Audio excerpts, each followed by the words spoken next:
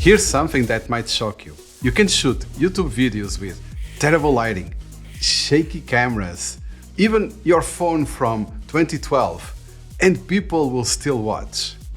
But the moment your audio is bad, they are gone in seconds. After testing tons of setups and studying multiple YouTube channels, I realized 90% of creators are making the same audio mistakes. Let's fix that. The number one rule that will instantly improve your audio: get your microphone as close as possible to your mouth. I'm talking 10 to 15 centimeters, basically about the width of your hand. Right now I'm using a Shure MV7 on a boom arm. Notice how close it is. This proximity is everything. The closer your microphone, the less room noise it picks up and the clearer your voice sounds. This is a test with the microphone at the medium position. This is a test with the microphone really close to my mouth. And this is a test with the microphone far away. Here's a simple test. Hold your hand between your mouth and microphone. If there's more than a hand's width of distance, you are too far away. And stay away from built-in microphones from cameras. They are your enemy. I don't care if you have a $5,000 camera. That internal microphone will make you sound like you're talking through a tin can. This one change alone will make a bigger difference than any camera upgrade. Echo is the silent killer of good audio. But here's the good news. You don't need expensive these acoustic panels. I've tried them and didn't make much difference. Here's what actually works. Rugs on the floor. They absorb sound bouncing off hard surfaces. Thick curtains, especially ones with deep folds that can trap the sound waves. Strategic furniture placement. Bookshelves, wardrobes, anything that breaks up flat walls. And a pro tip that saved my audio. I open my wardrobe drawers that I have here when I'm recording. The folders, boxes, and the books inside act like acoustic treatment. It's free and incredibly effective.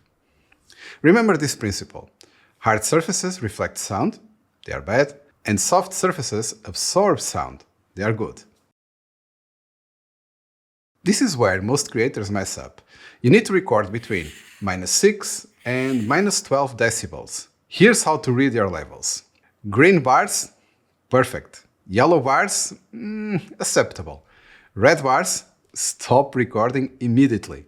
If you are hitting red, your audio will be distorted and unusable. Lower your gain until you are consistently in the green zone. Trust me, it's better to record too quiet than too loud. You can always boost quiet audio, but you can't fix distorted audio. Now, let me save you from the gear rabbit hole. After testing dozens of boom arms, here's what works. For flexibility, Fronmax boom arm. It's the one I have it right here. It extends everywhere, adjusts easily, and disappears behind your monitor when not in use.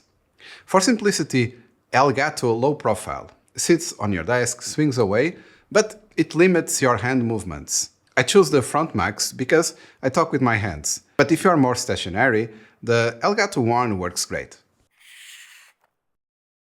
Now, you need two things to properly check your audio. Quality speakers. I use the Cantu EU speakers. They are compact, but reveal audio problems clearly. And avoid your monitor's built-in speakers if you have them. They are terrible. Also, use professional headphones. For editing my audio, I use the Beyerdynamic DT900 Pro X. They are open-back headphones with flat frequency response. They don't add bass or color your audio. You hear exactly what you recorded. And here's my exact Premiere Pro workflow. Right-click your clip, go to Audio, Audio Gain. Set it so your levels they hit -6 to -12 decibels. Then apply a dynamics effect. This will apply compression to even out your voice levels. Next, add a deep reverb at around 40%. This removes echo, the most annoying audio problem. A parametric equalizer lets you boost or cut specific frequencies ranges in your audio. And denoise at 5% maximum removes the fan noise, but don't overdo it or you will sound robotic. For background music, use simple parametric equalizer to make it more muffled.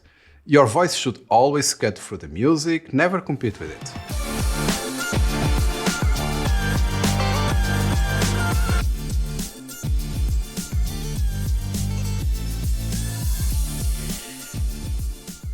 Before publishing, test your audio on your editing headphones, your regular speakers, and maybe even your phone, since most people watch it on mobile nowadays. Compare your audio levels to successful YouTubers in your niche. Play their videos at max volume, then play yours. They should feel similar in loudness. Don't have a fancy microphone yet? You can actually get decent results on your smartphone voice recorder app. The key is room treatment. Even a phone sounds good in a properly treated place. But remember, the goal isn't perfection, it's progress. Record your content, learn from each video, and gradually improve your setup. Don't let imperfect audio stop you from creating content. If your audio is clear and understandable, just publish it. You will improve with each video. But if you want to level up fast, focus on these 3 things first. Get your microphone closer, treat your room with soft materials, and monitor your recording levels. These changes cost almost nothing but will transform your content quality overnight. Now that you know how to fix your audio, there's one more element that separates amateur from professional YouTube videos. In my next video, I'm revealing the lighting setup that makes any creator look like they have a Hollywood budget, using gear that costs less than $200. The techniques I'll show you are the same ones used by the most popular creators. And let me know in the comments below if you want me to make a comparison for different types of microphone, to help you decide which one you should get. So that's it for today. If you like this video, give it a like, and I'll see you in the next one.